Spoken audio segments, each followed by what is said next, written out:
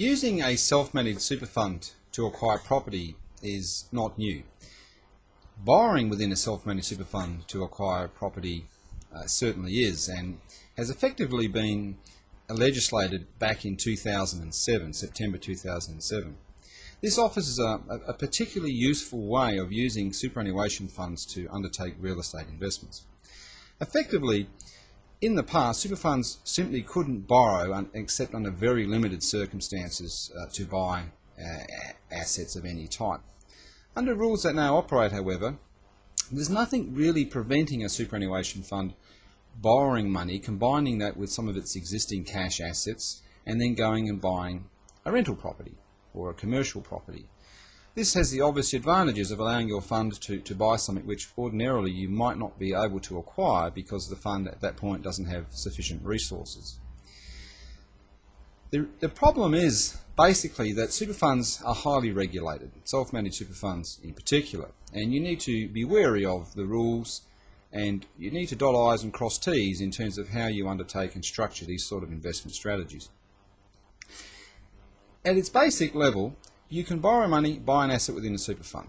The complexity begins because, firstly, the bank, under the arrangement, under the rules, is not allowed to take security other than the asset which the super fund has acquired.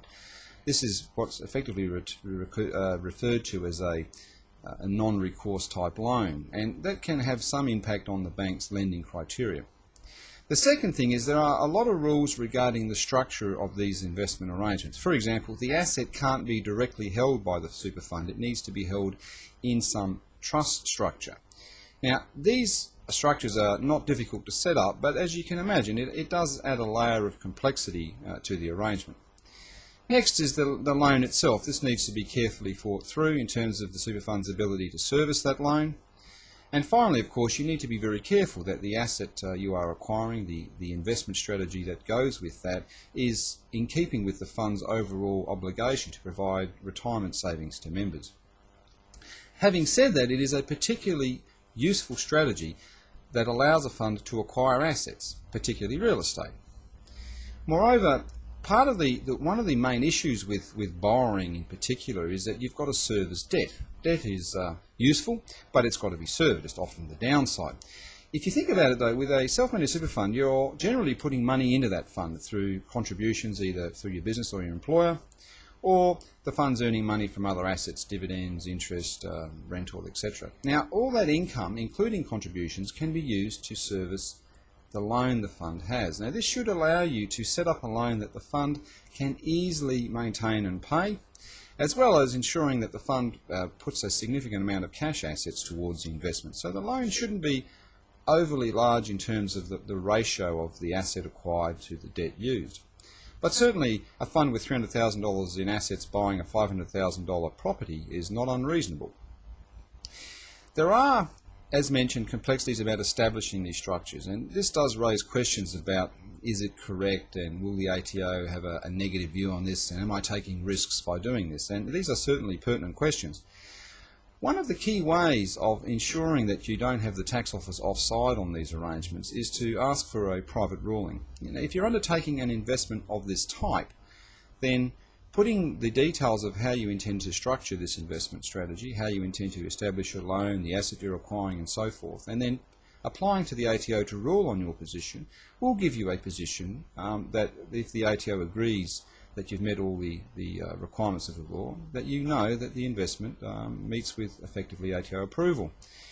Not that they are commenting, of course, on the asset you're buying, but you are complying with the taxation law and the regulations in the Superannuation Act and so forth. So there are ways of arranging and structuring these investments that give you some certainty that what you're doing will work. There are also costs attached to this, and like a lot of things, the devil's in the detail. It needs to be said, though, this is a particularly useful strategy. The borrowing within a self-managed super fund environment is very attractive, offers a lot of investment potential for those people who are looking to acquire real estate in particular. If you need to find any information or further information out on this, I've attached a link that you can refer to that deals with some of the more specific issues. But effectively, what you really need to do is make sure that the asset you're acquiring is one that the super fund should be acquiring, that is a quality asset, that the fund could borrow to allow that asset to be acquired, and that the fund is able to service that debt comfortably. And finally, as mentioned, there are ways of making sure that the detail and the structure of this arrangement is something that you can sort of confirm and hopefully be comfortable about, that you are not stepping outside of any complex tax rules. Thank you.